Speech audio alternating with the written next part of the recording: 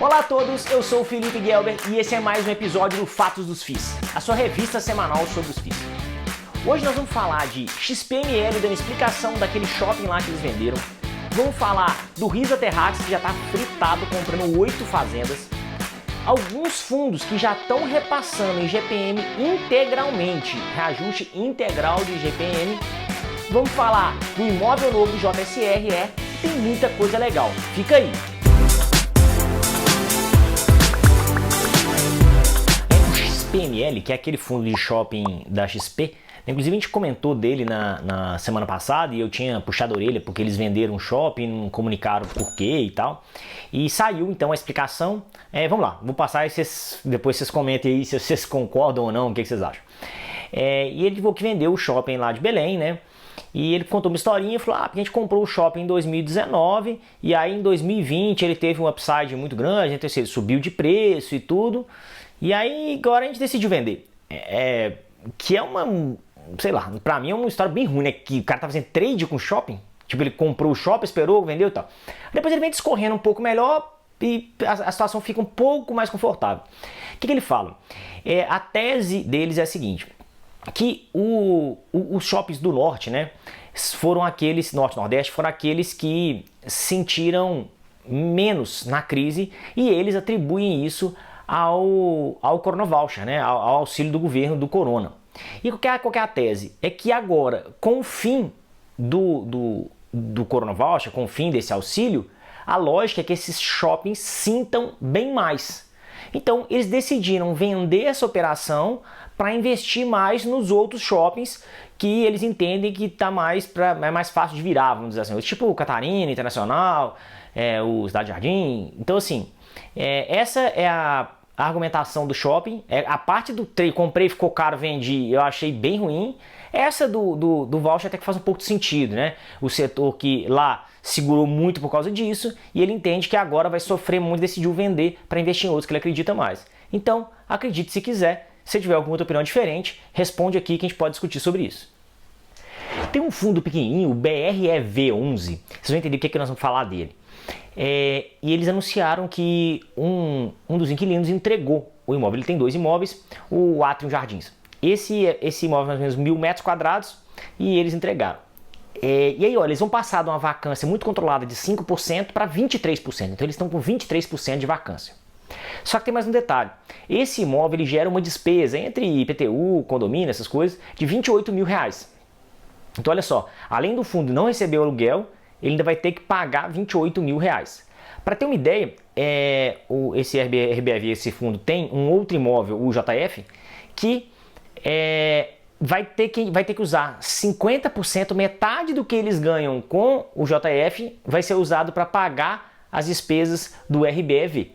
Então assim, como é que impacta muito? Agora, o detalhe é que um dos maiores cotistas do RBEV é o RCRB11, esse sim, um fundo grande, conhecido e tal. Então isso, de certa forma, vai impactar o RCRB11, mas esse JF ainda está com uma carência que vai até março de 2021. Então, depois de março, as coisas podem dar uma equilibrada, tomara que eles consigam alugar aí, mas isso pode respingar sim no RCRB11 por causa do BREV11. Tem um fundo PVBI11 que ele anunciou que conseguiu reajustar com 100% de GPM, quer dizer, ele empurrou 100% de GPM nos reajustes que ele tinha. E só falou isso, né? Eu acho que é uma malandragemzinha, porque ele não fala qual percentual, quais imóveis foram e tal, mas dando uma olhada lá, eu acho que foi num imóvel pequenininho que eles têm lá. Então, assim, é muito mais marketing do que realmente. Um aumento é bom, mas o impacto mesmo não é tanto assim. O impacto vai ser mais ou menos R$120 mil no fundo, tá? Cuidado que quando você for pesquisar esse fundo aí, tem uma coisinha lá, eles têm uns 100 mil reais mais ou menos lá, que é do Park Tower, que não é recorrente. Quer dizer, vai ser só esse mês. Então cuidado pra você não olhar e falar, o fundo tá bombando, olha pra você ver, conseguiu repassar o IGPM inteiro, ainda tem esse dinheiro a mais. Esse dinheiro, 100 mil do Park Tower, é só esse mês, tá? Tem um detalhe também, que eles tiveram 157 mil reais de prejuízos financeiros. O que é isso, né? O fundo, ele tem os fundos vão mantendo um capital em caixa, né? E eles precisam aplicar isso, faz aplicações financeiras com isso. E várias aplicações financeiras de renda fixa deram prejuízo, tá? E isso, então, alguns fundos que tinham dinheiro em caixa tiveram prejuízo. No caso do PVBI, foi de... Eles têm mais ou menos 18% ainda em caixa, dá 167 milhões. Então, assim, eles têm uma grana grande em caixa, que é dinheiro, e fizeram aplicação financeira com isso e tiveram um prejuízo de 157 mil reais. Então, assim, os imóveis do fundo são bons, tá? Se der uma olhada lá, você vê que os imóveis são interessantes, é um fundo de laje, então, assim, vale dar uma olhada nele sim, principalmente se você acredita que eles vão fazer essa alocação mais rápido, né? Eles precisam alocar isso, eles precisam alocar esse capital rápido, ou seja, comprando um imóvel ou em cota de FII, né? Mas o fato é que eles precisam alocar. E se eles alocarem, pode ser sim que o FII tenha um bom resultado. PVBI 11. O RBRD 11 informou no relatório gerencial que já está fazendo a minuta do contrato de locação daquele imóvel que era da Líder. Eu não sei se vocês lembram, a Líder foi uma loja que faliu, né? Uma rede de loja que faliu, e eles informaram agora que então estão fazendo a minuta. Não informaram ainda qual é o inquilino novo. Porém, a Líder também tinha um imóvel que era de um outro fundo, que é o FIIP, e a Pernambucanas que alugou. Então existe um rumor no mercado aí que a Pernambucanas é a nova inquilina desse fundo aí, em virtude de ser da Líder também e tal. Isso é interessante porque, cara, a única hora que você testa o imóvel mesmo é quando ele fica vago e você tenta alugar, o tempo que você gasta para recolocar ele no mercado. E assim, eu acho que é um teste para localização do imóvel. E provou aí que é um imóvel versátil, que deu certo e a gestora conseguiu alugar ele de novo, né? O fundo conseguiu alugar ele de novo. Tem um ponto que a gente tem que ficar atento aqui, que é o seguinte. Esse imóvel lá do FIIP, que era da Líder também, que a Pernambucanas alugou, eles pagaram 50% abaixo do que o fundo estava acostumado a receber pelo imóvel. Então eu acho que a gente pode esperar aí um aluguel um pouco abaixo do que o fundo estava recebendo. Eu acho que esse imóvel agora, da RCRB, é no Catete, é uma localização melhor do que o outro do FIIP, que é em Nova Iguaçu. Então, assim, eu acho que pela localização a gente vai ter um desconto sim, mas esse é um desconto menor. Vamos esperar então para a gente confirmar quanto vai ser o aluguel e se realmente vai ser na Pernambucanas. O RISA Terrax, o RZTR11, é um FII que surgiu, é um FII recente, que com uma proposta bem diferente, né? É o segundo FII do agro, e acho que um pouco mais de sorte ou competência que o Quasar, por exemplo. E a proposta dele é comprar fazenda e arrendar, né? Então eles informaram que alocaram todo o capital que eles captaram inicialmente, né? O que é um ponto muito positivo. Aliás, essa alocação foi em 2 meses, né? Eles captaram em 2 meses, alocaram tudo, né? Eles compraram 8 fazendas, Goiás, Piauí, Mato Grosso e Maranhão. E essas fazendas já estão arrendadas, né? Então, assim, eu acho que a gente tira algumas conclusões disso. Primeiro, que dá para ter um FII do agro bom. Eu acho também que a gente tira uma visão de vamos entender um pouco mais se isso vai dar certo, como isso vai funcionar. É muito novo, é muito recente, né? A exploração de terras agrícolas, né, nos fundos imobiliários. Mas eu acho que demonstra muita seriedade também da gestora, porque eles cumpriram o cronograma que eles esperavam, né? Alocaram todo o capital em 2 meses, o que é muito rápido, né? Então isso também dá a entender que eles tinham um pipeline muito certo, né? Era muito firme o pipeline deles, não era uma possibilidade. Realmente eles tinham muitos imóveis bem no jeito ali, que é o que a gente chama de pipeline, né? É a indicação do quais os fundos quais os imóveis que aquele fundo pretende comprar com o dinheiro das emissões, né? Então, assim, é um fundo para a gente acompanhar. É provável que esse fundo mantenha o rendimento em R$ 5,85, mais ou menos, R$ 5,85. E, cara, com essa alocação mais rápida deles, até as cotas já subiram um pouquinho mais, quer dizer, as pessoas confiando na gestão e acho que está todo mundo ansioso por um FII no agro aí, ainda mais no momento que a gente está passando, que é muito favorável para o agronegócio. O RGBS 11 é um fundo de shopping e eles divulgaram um dado interessante, assim, que e demonstra como que os shoppings voltados para a classe C estão muito mais fortes na crise, né? Pra vocês terem uma ideia, eles tiveram uma queda de vendas de 4% em relação ao ano passado. Então, quer dizer, é virtualmente igual, né? E só que tem um dado interessante, as vendas caíram menos, quer dizer, as vendas estão indo bem nesses shoppings classe C, mas a inadimplência está alta, está em 26%, a inadimplência é muito alta. Isso comparado com os shoppings para a classe A, a gente vê uma inversão disso, né? As vendas não retomaram tanto, mas a inadimplência está um pouco mais baixo. O shopping, ele tem as lojas âncoras e as lojas satélites. As lojas âncoras são aquelas lojas grandonas que servem para atrair gente, né? Normalmente loja de departamento, né? Tipo loja americana, coisa desse tipo. E aí, o que acontece? Eu acho que nesse shopping C, as vendas estão muito concentradas nessas lojas âncoras e não nas lojas satélites. Então a venda fica boa, porém as lojas satélites não conseguem pagar o aluguel. E aí a inadimplência começa a ficar mais alta. Não consegue pagar porque não tem venda suficiente, né? E aí a gente vê, então, as vendas, né, muito perto do que era, mas, na minha opinião, muito sustentada pelas lojas âncoras. Por isso que a inadimplência ainda fica alta, né? Então, assim,